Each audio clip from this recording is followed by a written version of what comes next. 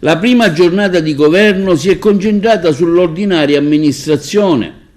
A essere approvati sono stati alcuni debiti fuori bilancio, il riconoscimento dello stato di calamità per la provincia di Caltanissetta e di Catania per la siccità.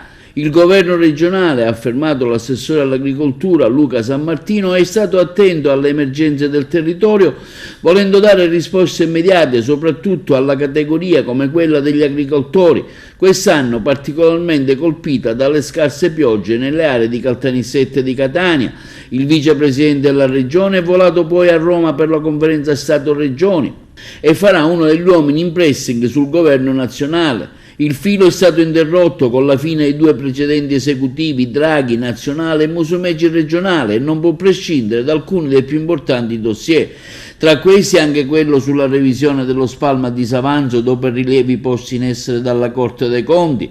In giunta è intervenuto anche il nuovo assessore regionale all'economia Marco Falcone, affermando come pochi soldi in cassa e senza approvazione del rendiconto non si canta messa. L'assessore e neoassessore regionale all'economia Falcone ha al lavoro per aggredire il problema in tempi brevi.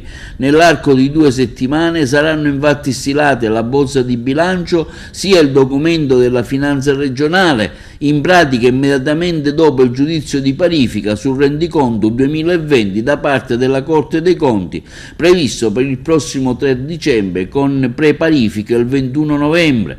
Bisogna rispondere alle esigenze dei cittadini. Procederemo con il riallineamento dei conti per creare poi lo sviluppo che ci viene chiesto dall'isola. Questo è il commento del neoassessore Falcone, che aggiunge: sono fiducioso. Giovedì prossimo andrà quindi in giunta il riaccertamento definitivo dei residui della regione, propedeutico quindi all'approvazione del rendiconto 2021. Poi la parola tornerà all'Assemblea regionale siciliana per il voto su quanto sopra esposto.